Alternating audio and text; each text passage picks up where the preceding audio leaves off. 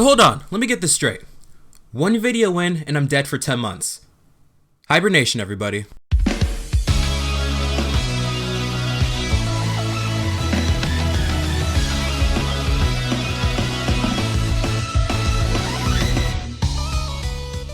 So about that Mario movie, we gotta get into it. For the longest time, Mario and movies went together like Nintendo and fan games. In other words,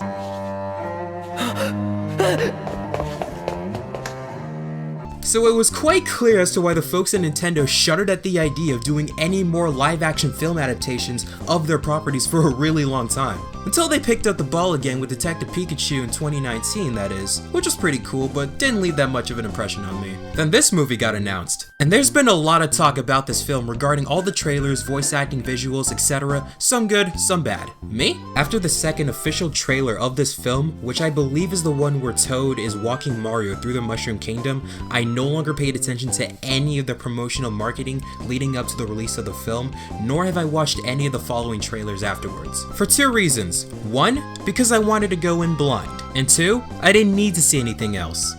Because I was beyond sold. It was April 6, 2023, around a month ago by the recording of this video. Two of my buddies and I headed to our local theater, got our tickets, got our popcorn, and I got my disappointment that the theater didn't have that damn question block that I kept seeing online. Yeah, I heard those popcorn buckets were expensive, but I still wanted it that badly. Those AMC bastards hoard everything.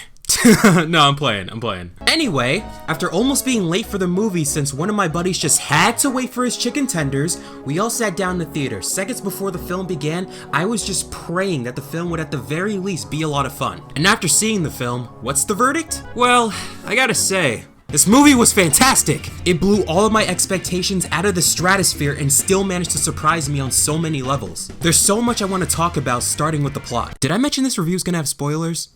Doesn't matter. So the movie revolves around Mario and Luigi wanting to go independent and start their own plumbing service after previously leaving a business led by some dickhead named Spike. Despite them having that really cool promotional advertisement that many of you have already seen from the trailers, Mario and Luigi haven't had any real luck when it came to customers yet, and because of that, their business hasn't really taken off. Until they were lucky enough to finally get a call from one customer who needed their sink fixed. But due to hilariously unfortunate circumstances, the job went horribly wrong and they both went home. Mario is a character in this film that has a lot of goals and dreams that he wants to achieve, but his family, more so his father, whom I'll talk more of later, doesn't have faith in Mario's ambitions and think he's wasting his time while dragging Luigi down with him. This bums them out, of course, but the night after, Mario and Luigi saw another opportunity to prove themselves by going out to fix a leak in the sewers. Once they're underground, they both discover the mysterious yet iconic warp block that all of us fans know of, and both get sucked into another world. This process unfortunately separates Mario and Luigi as Mario lands in the Mushroom Kingdom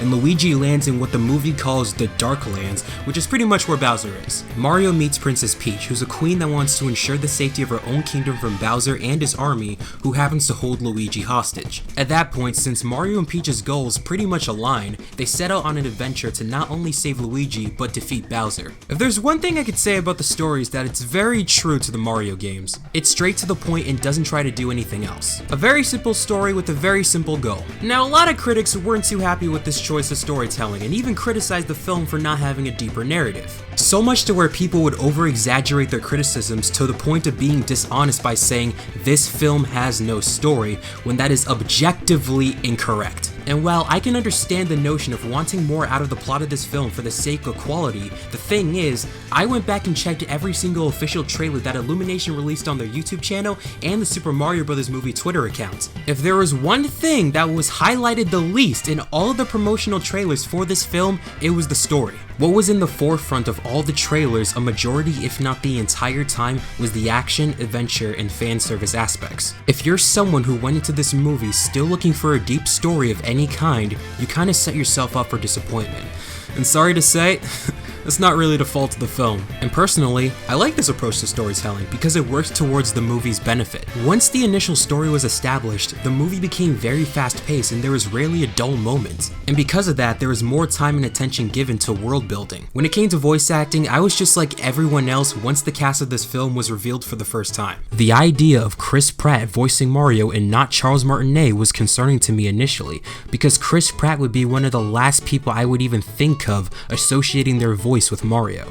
But I was willing to give it a chance. But after seeing the film, I think he and everyone else for the most part did a good job. With a huge shout out to Jack Black, because he stole the show as Bowser. Only one I could say I was kinda mixed on was Seth Rogen as Donkey Kong, because he was the only voice actor in the film that I felt used his real voice instead of capturing the feel of Donkey Kong, I think. I'm not sure if that was intentional or not, but either way, it didn't work for me. But overall, I really loved the voice work from the cast. But what I loved even more was the action scenes of this film. All of them. Every single one of them was a blast to watch through. There's a scene in the beginning of this film where Mario and Luigi had to get to their clients on foot, and while they were running through the streets, the scene switched to a 2D side-scrolling perspective. They were also passing by the outside of a construction site. That entire area was designed like it was a course from the games, and Mario and Luigi were doing actual platforming throughout that entire scene. There was even a top and bottom path that both of them individually traversed through like it was an actual level from the games. This movie is chock full of sequences like that, and the choreography in those scenes were incredible. Another one of my favorite action sequences of this film was the Mario Kart scene. And don't worry, I'll get to the Easter eggs relatively soon. But that entire scene with Mario, Peach, and Donkey Kong along with their respective kingdoms racing against Bowser's army on Rainbow Road was so much fun to watch. There were so many different shots of characters crashing into each other's vehicles, taking different pathways, and screwing each other over like it was an actual savage game of Mario Kart, and I was on the edge of my seat the entire time. Another thing that really surprised me about this film was how violent some of these fight scenes were. I mean, we all saw the beatdown Mario gets by Donkey Kong in the trailers, but it gets a lot worse after that in the movie. And despite the fact that there wasn't a drop of blood present in this film, my two buddies and I actively winced at how brutal some of these scenes were. Because Mario was getting jacked up towards the end of the movie. He was getting his face punched in, smashed on top of cars, thrown through glass windows of buildings, etc., and he looked like a bruised mess. I was like, damn, and none of us expected the movie to even go that far when it came to fights because the Mario franchise is typically marketed towards children. But no, this movie is truly a family film because I looked back behind me in the theater and all the adults were having a great time with the film along with the kids. I know I already mentioned the voice acting, but I want to take a moment to talk about the characters and how they were handled throughout the film. If there was one thing that this movie knocked out of the park, it was the brotherly relationship between Mario and Luigi. What makes their relationship so enjoyable was how genuine it felt. One of my buddies and I almost teared up at the Baby Mario and Baby Luigi flashback where Mario was defending Luigi from a bully. They were both so great every time they were on screen together that part of me actually thought it was a huge mistake for this film to have them separated from each other for so long in this film. You can feel how much they love each other as family from how they interacted with each other. Cause we all know how Luigi frequently tends to be easily scared and he looks up to his brother for guidance, inspiration, and leadership. While Mario is more than happy to be there for his brother at all costs, in the beginning of the movie he tells Luigi that he can't be scared all the time. And of course after both of them get separated, Luigi is forced to deal with the dangerous situation he's in by himself, and he was beyond terrified and helpless when he was imprisoned by Bowser. It wasn't until he was eventually saved by Mario and became inspired by the lengths and struggles that his brother went through to come this far that Luigi finally put more confidence in himself. Which leads up to the final battle of the film where Mario was the one that was in serious trouble and the person who ended up saving him was Luigi. Luigi's character in this film wonderfully displayed the hero's journey, and it was very refreshing to see from him and Mario as well. I also liked what they did with Donkey Kong's character. I found him very amusing being the muscle-brained rival to Mario, and what I liked about what they did with this character is that his motivation is to seek his father's validation, which is good since it gave him and Mario something to briefly bond over in this film since Mario is also going through a similar family issue at home. Toad was really cool in the film too because the little dude was like a true homie to Mario and he was really funny throughout the entirety of the film. There's not much else I could say about Bowser other than the fact that he was awesome. Everything I wanted from that character when it comes to humor and threat was perfectly adapted here, and he stole the show multiple times as he was on screen. The one character in the film who I'd say is my least favorite, not because this person was unlikable by any means, but it was because of the fact that there was virtually no development given to this character, and this Peach. There's definitely great qualities to her as she and Mario have good chemistry on screen, and she kicks a lot of butt in the film, which is all really nice to see, but my issue with her is that we didn't really have a chance to see her struggle in this film in any type of way or explore her character from a deeper level. And there's also this stupid, yet admittedly humorous part where Peach implies that she completed an entire obstacle course on her first try. We have one scene in this film where Peach mentions not knowing where she came from and she was suddenly dropped in the Mushroom Kingdom as a baby, but that that entire subplot is completely abandoned after that scene and never brought up again.